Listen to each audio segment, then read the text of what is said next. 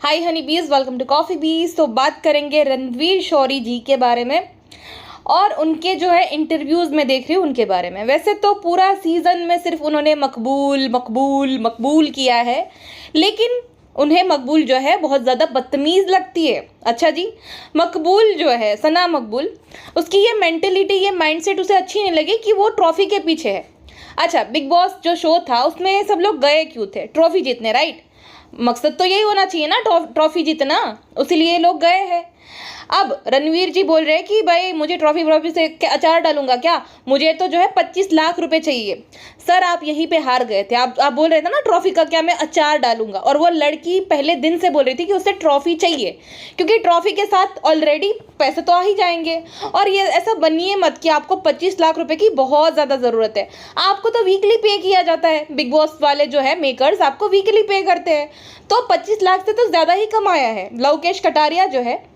अगर आपने देखे होंगे तो आप पता चल जाएगा कि भाई जो वीकली पेमेंट आता है परफॉर्मेंस वाइज, या तो भाई एक कॉन्ट्रैक्ट में लिखा होता है कि इतना इतना पे किया जाएगा, तो 25 लाख से तो ज़्यादा ही मिला है आपको जो पूरे 1-1.5 महीने में। तो ये बेवकूफ़ बनाना सिंपैथी लेने के लिए कि वोट मिल जाए, मैं ये कर दूं कि भाई मैं ट्रॉफी का अचार डालूंगा क्या, मुझे तो जो है पैसे चाहिए, वहीं पे आप हार गए थे। ट्रॉफी जीतने का आपका मन ही नहीं था, आपको तो मकबूल को हराना था, सना मकबूल को, ठीक है। अच्छा, मैंने हमेशा से एक बात कही है, रेडिट पे भी कमेंट आप मेरे चेक कर लेना, कि ये आदमी को ना इस चीज़ से दिक्कत है कि एक औरत जो है वो सेल्फ डिपेंडेंट है, उसका ओपिनियन है, उसका खुद के लिए स्टैंड है, वो एकदम ब्लंट है, वो किसी की परवाह नहीं करती। हाँ, मुझे ट्रॉफी जीतनी है, चाहे मैं किसी भी कीमत में जीतूँ, मुझे जीतना है।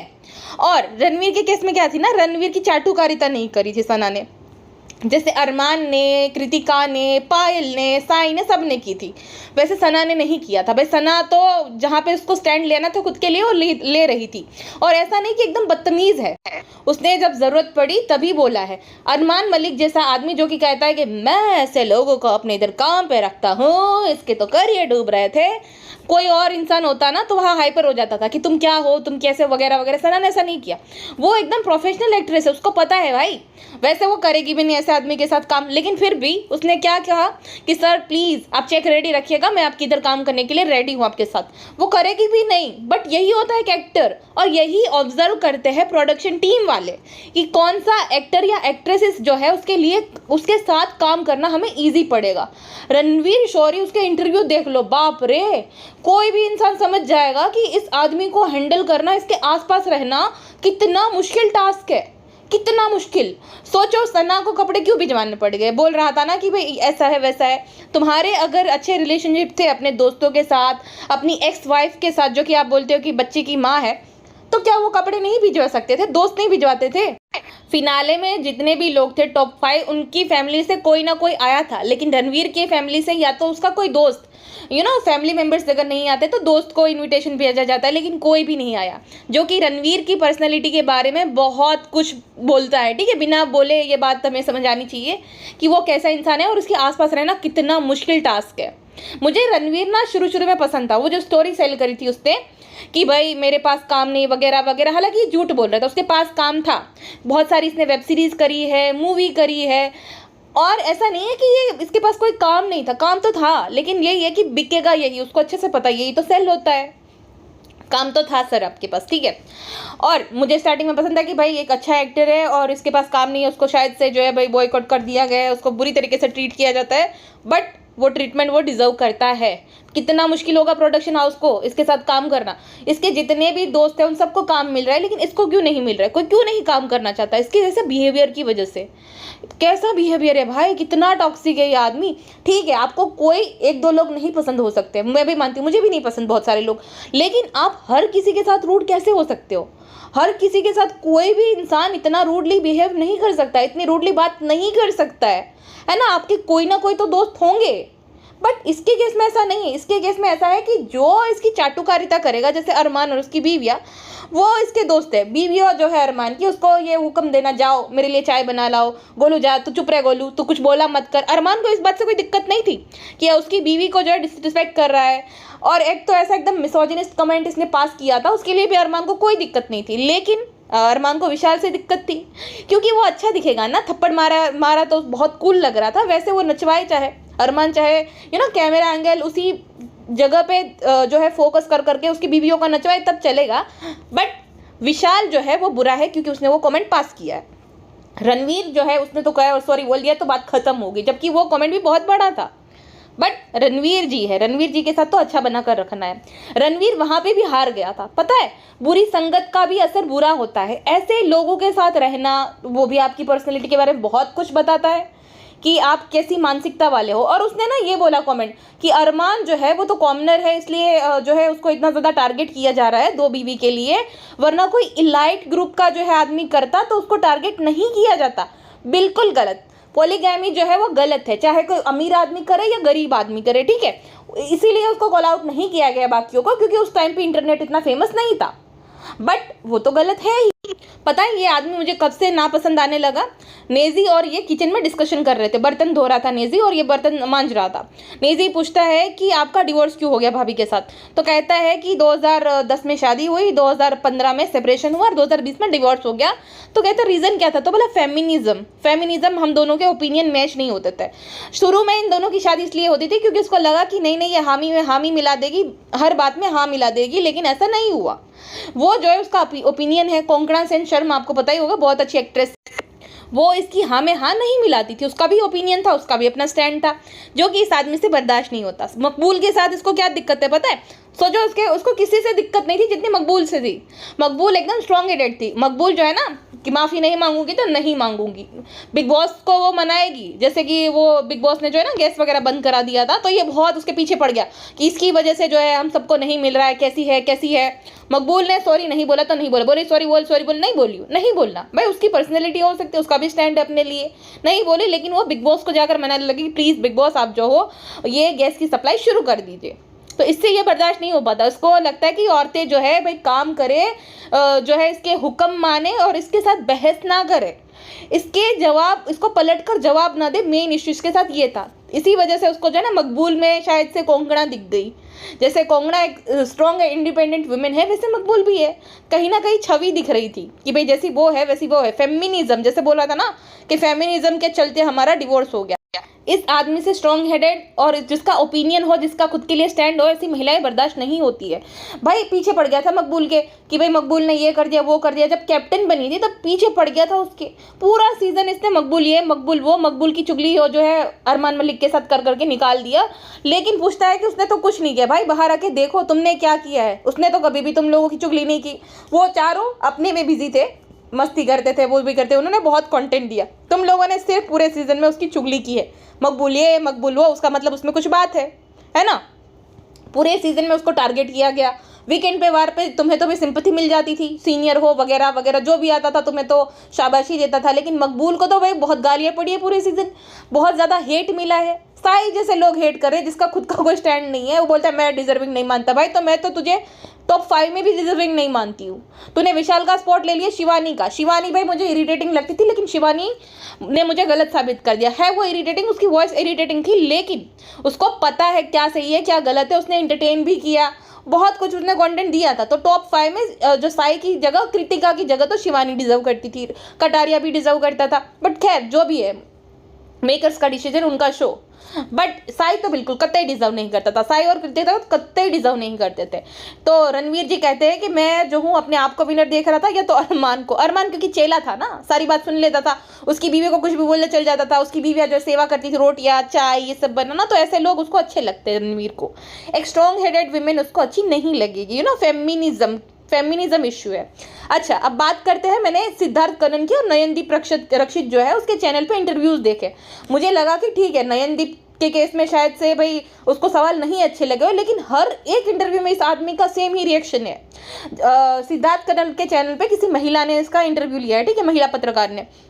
तो ये आदमी एकदम चिड़चिड़ा है, बात बात पे ताने दे रहा है कि आपके यहाँ पे और सिद्धार्थ कनन के चैनल पे ऐसा होता होगा, हमारे यहाँ पे ऐसा नहीं होता है। इतना चिड़चिड़ा, इतना ताना, इतना फ्रस्ट्रेटेड है, बाप रे। कहता है कि भाई मुझे वो रिस्पेक्ट नहीं दी, मेरे साथ बदतमीजी की। तो भाई तुमने भी तो बदतमीजी की, तुमने उसको छिपकली, नागिन, क्या क्या नहीं बोला। Give respect and take respect, ठीक है। अगर तुम्हें ऐसा नहीं होता कि भाई तुम सीनियर हो, तुम्हारी उम्र ज़्यादा है तो सब लोग तुम्हें रिस्पेक्ट देंगे, बिल्कुल भी नहीं। अगर तुम जो है बदतमीजी करते हो तो तुम बदतमीजी ही डिजर्व करते हो। एक इंसान भी, एक कमेंट मुझे ऐसा नहीं दिखा जो कि भाई इसके फेवर में बोल रहा है। सब लोग जो है वो इंटरव्यूअर के पक्ष में बोल रहे थे कि भाई ये आदमी बहुत ज़्यादा जेलस है और अब हमें समझ आ रहा है। अब देखिए ये सारे कमेंट्स मुझे मिले थे, दोनों ही जो है इंटरव्यू लिए हैं, जो कि एक सिद्धार्थ कन्नड़ के चैनल पे है और एक नयनदीप रक्षित के चैनल पर है। वहाँ से किसी यूजर ने लिखा है, why the hell he is rude like this. बोलना नहीं चाहिए, लेकिन इन्होंने ऐसा क्या हासिल कर लिया है जिंदगी में जो इतना रूड है।